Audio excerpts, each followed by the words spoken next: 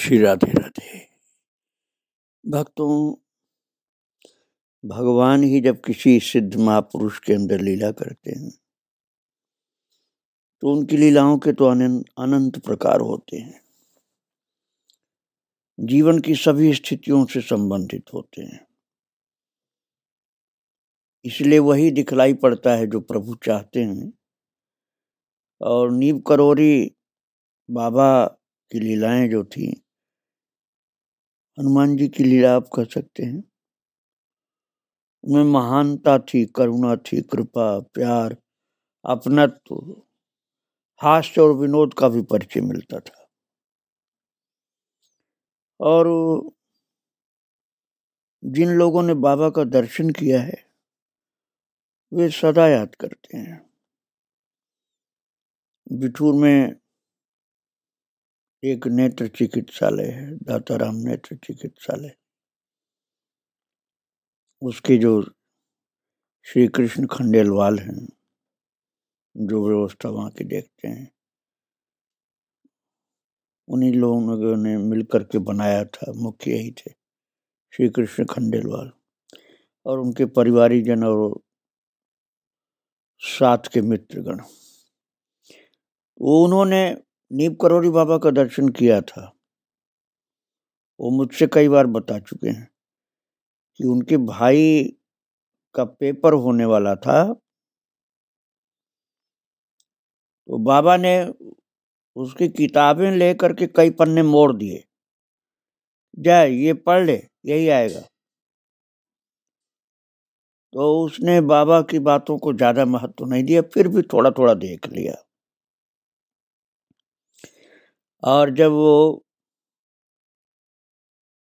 Exam में बैठा था, लिख रहा था, तो रोने लग गया कि बाबा की बात को मैंने माना नहीं। थोड़ा ही देखा, यदि बाबा ने जो मोड़ा था कागज वो पूरा मैं कंठस्थ कर डालता तो आज पूर्णांक मिलता मुझको। तो जब वो वहां रोने लगा उस कक्ष में, तो बाबा हंसने लगे इनके घर में। तो पूछा इन्होंने कि बाबा आप क्यों हंस रहे हैं?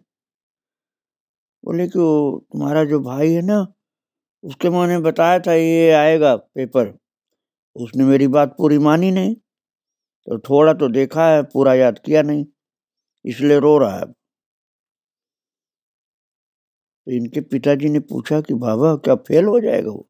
बोले नहीं, फेल नहीं होगा, लेकिन पूरा यदि मेरी बात मानता तो बहुत अच्छा नंबर मिलता। मैं इसलिए बता रहा था कि भक्त लोगों के बच्चों तक का ख्याल करते थे बाबा। इतना प्यार था, इतनी कृपा थी।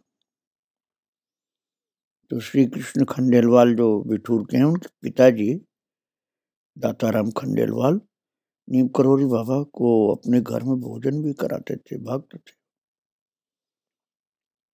और